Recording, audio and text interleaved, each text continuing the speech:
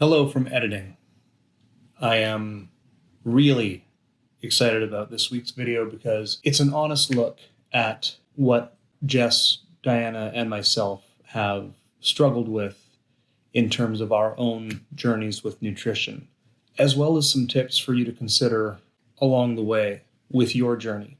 Now, that being said, this is by no means a guide. It is really just for your consideration to think about different tips and tricks that have worked or not worked for us. We get a little bit more honest in this one. We'd love to know if you like that better. Enjoy. My history with food. Part 1 of 7,900. My history with food is pretty simple, actually. It's always been bad. Growing up, there was a lot of concern around aesthetic and appearance, and I never quite fit in properly to that. And I'm not throwing anybody under the bus with that. It was just born of concern. I always kind of trended in the wrong direction as a little kid. As soon as I hit 10 or 11, I started to fill out. As I kind of started growing up, I started growing out twice as fast.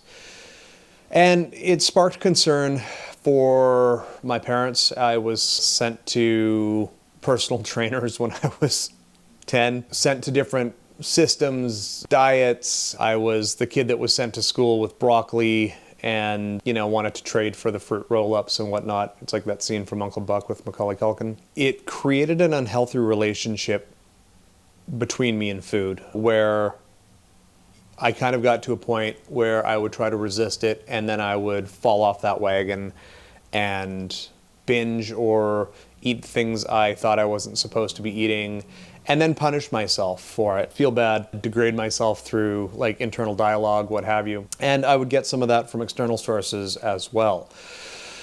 And that was part of a larger issue. Of course, it's never just one thing. It's always based in a very complex web of issues and cycles and various kind of tropes that we tend to live by. But I, would have momentary glimpses of a better way. I would do something that helped me and actually helped me, and I would then fall out of it eventually. But I'd kind of keep that at the back of the mind. And you get to a point where you kind of had cobbled together something that sort of worked. But then it was committing to it, because the other forces, like I said, the complex web, right? The other forces would come back and start driving you back towards the old habits. But you'd remember these other things and you could go back to them when you could. So for me, the food aspect is not so much about the food itself. It's about how it fits into the broader range of what makes me me. And when I start improving that relationship all along that web, it improves my relationship with food. And when I start improving my relationship with food, I start improving my relationship with every other aspect of my health. And it all works together to make me feel better in general. And sometimes that falls off and you go to your support system. I always think about how Dee talks about her support system and whatnot, and it really makes me think through, like, okay, so who can I go to for help? I always get to that point where I have to be able to say to myself, like, I'm okay today. I'm okay today. I feel okay today. And I can get through today and feel good about the decisions that I'm making. Tomorrow's a different day. I'll take on tomorrow. I'm not going to worry about it quite yet. So what's worked for me, obviously, is a kind of all forms approach. It's nothing about diet particularly.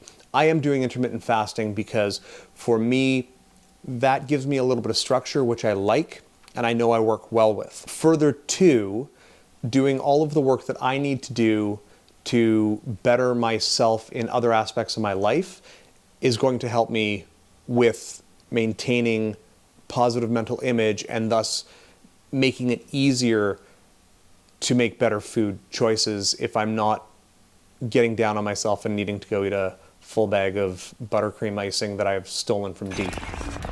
I've used food as a coping mechanism, I've used food as a crutch, and I've used food as a form of self-punishment. I've used food in every way that I possibly could except for sustenance for a very long time in my life. It took a lot in order to change that, but now that I'm in a healthy place, it's absolutely worth it. What have I tried in terms of nutrition? I'm now going to list off a bunch of things that you should probably never try as forms of ways that I tried to maintain my body weight balance.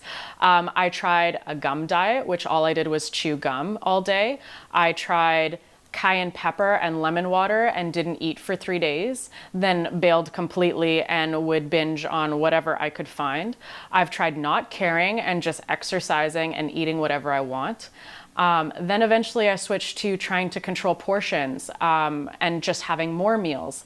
Then I switched to having bigger meals, but larger portions, but only 2 meals a day. I've tried fasting. I've tried all sorts of things that you can imagine. I've tried taking out macronutrients, adding in macronutrients. I've tried a lot. It took me a long time to figure out what worked best for me and what I could actually sustain as a lifestyle. My relationship with food changed shortly after a pretty big life event when I started taking care of myself a little bit better, and I realized that I really didn't want to go back to an old way of life where everything was very inconsistent and unmanageable. When I learned how to start controlling my portions and when the best time to eat was for me, that's when I really started to have a change of relationship with food.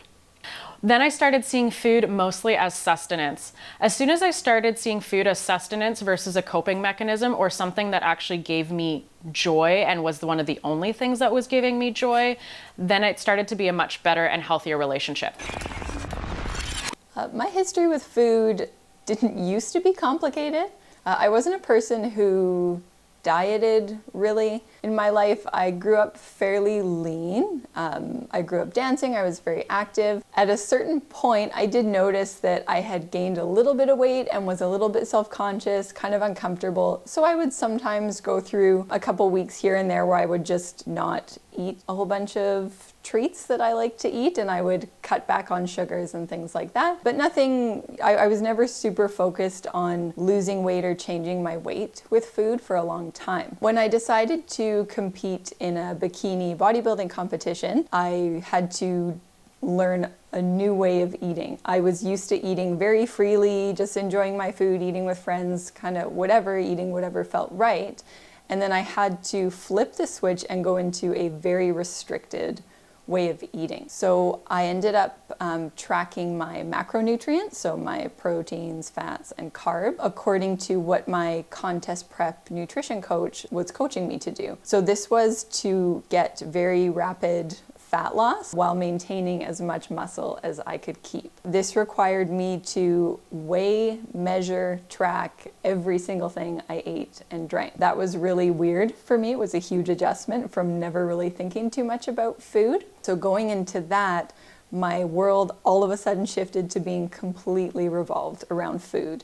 Because I was aiming for a specific goal that was not healthy, and I knew that going into this was a performance-based competitive goal that I was excited to try to compete in. So doing that and having to go to very strict weight loss where I was cutting the amount of food I was eating quite frequently to be able to maintain a certain fat loss, I ended up having to completely disconnect from my body and the signals that my body would give me that I was hungry. So in order to kind of stay at a very low caloric intake, I was feeling very tired. I had low energy. My fuse was quite short, and the people close to me will attest to that as well. And I got really anxious and obsessed with food. When your whole day revolves around like the fact that you're hungry and kind of feel crappy, you have no thought in your head really except for the next meal and what that's going to be and how you're going to weigh it and measure it and fit it in to your macros. And if you're going to have a little bit of room for something that feels indulgent and sweet and tasty, because I have quite a sweet tooth. So that was pretty tough to always be focused on food, but for that time in my life, it was something that I had planned for and was okay with doing. I did make sure to share a lot of my feelings with my support network, so my family and friends, because it was really hard to go through every day feeling stressed out And, you know, I remember going to a coffee shop and ordering a latte, and I'd put in my macros and had it all fit in, but then they didn't have skim milk. So then it threw me off, and I just panicked and was like, I don't know what to order now. And it was like just over a coffee. That for me was a moment to be like, wow, this is really abnormal behavior, and I need to make a note not to continue this after I'm done competing. So having really good people around me to kind of bounce those feelings off of was really helpful, and helped me not get like even more entrenched in those feelings of stress and anxiety around food. A big thing that came up after competing was me having to kind of go back to a normal caloric intake after being so restricted for so long. After my first show, I knew right away that I was going to compete again exactly a year later. So I started doing a reverse diet where I was slowly increasing my calories with the help of my coaches. But because I knew that, I was always in this sort of anxious state where I was like, well, I just have to eat whatever I can before I start prepping again. So after going through this reverse diet period where I wasn't really paying attention to my hunger levels and was just following my food intake kind of blindly, I went back into a full prep again and was back to being anxious and all that kind of stuff. So partway through that last prep, I kind of decided that I was excited after my show to start taking care of my body after making it get really lean and kind of mess with my hormones and my mental health a little bit. So I made this switch. Once I finished competing the second time, I did a little bit of reverse dieting with my coaches, but then right away I kind of felt that I wanted to start listening to what my body was telling me and stop ignoring it like I had been for those 2 years of competing.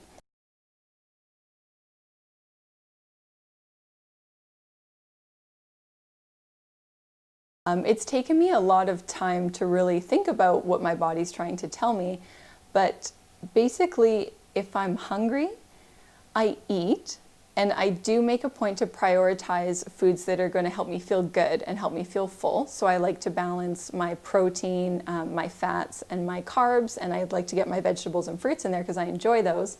But then I also make a point to think about, like, why am I choosing to eat this while I'm eating this, right? Like, I want to think about if I'm going to like run home and go right to the fridge and grab the first thing I see, or am I going to sit down and be like, hey, I feel like eating chocolate chips right now because I'm just really hungry and feel like snacking on something. Okay, well, maybe that's not actually what my body needs. So then I'll put together a more thoughtful snack where I'm balancing it out with all those macronutrients, or making sure I'm getting vegetables if I haven't had any yet that day, or increasing my protein if I haven't had much that day.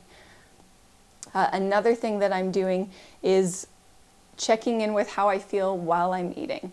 I was always the person who really enjoyed sweets, and so I would kind of just like, if there were donuts, I would just eat the donuts because they tasted good. But now, after kind of learning to listen to my body, I can see a giant plate of delicious looking donuts or a cake with buttercream icing, and I can eat it and kind of be aware that, wow, this is really good and I'm really enjoying this, but if I get full, I can stop. And that was one thing that I wasn't doing even before having competed. So being able to go through that, like ignoring my body, learning to listen to my body, has actually helped me develop a healthier relationship with food and has taught me how to listen to what my body is telling me. My top 3 guidelines would be, number 1 is portion size. I love having variety, therefore I'd rather have a smaller portion and have multiple varieties of food over a period of time than a large lump sum of one type of food. I find that having more variety makes me feel fuller because it feeds my eyes as much as my stomach. Second would be make better choices. When I look at a meal or I'm planning a meal out for myself, I try to look at that meal and say, how can I make this a little bit healthier today? I don't have to change the entire meal, but let's say I want pizza. I'm gonna have pizza, but how can I make pizza as healthy as possible for me in this moment? Number 3 is I ask myself, am I full? So often when I eat, and I don't know about other people, but I find that as soon as I've eaten, within minutes of finishing that food, I feel hungry again. And this is a common thing that I found happen throughout my life. And really, it's my body digesting, or it's my mind still feeling the hunger from previous moments. So I try to wait 10 to 15 minutes after I've eaten a meal in order to really check if I'm actually still hungry before I choose to eat again. My top 3 tips are probably to Make sure that you're getting exercise done regularly, which we can help you with. Sorry. You can do it. My top 3 tips are probably all going to be take care of yourself, check in on yourself, and love yourself. Because whatever you're doing for your diet has to start from a place of love. It can't start from a place of punishment. It's the wrong reason, according to me, to start to diet, because if you're not good enough to start, you'll never be good enough. And you are good enough. I swear I'm not recording this 2 seconds after I recorded the intro part of this video. And I have watched the entire thing with you. It was great, wasn't it? We love and appreciate that you've watched this video. You've taken the time to get to this point right now. We'd love to hear from you. Leave us a comment. Hit us up on social media at 3Wave Fitness. Also, join us on Patreon. We have some really cool content that only goes out to patrons. We also do programming for people as well, which is kind of part of our business and how we keep the stream alive. So your support is greatly appreciated there. If you have any questions or any thoughts, we're here. Let us know. Stay safe, wash the hands, love each other, and let's get on to the next level. Peace.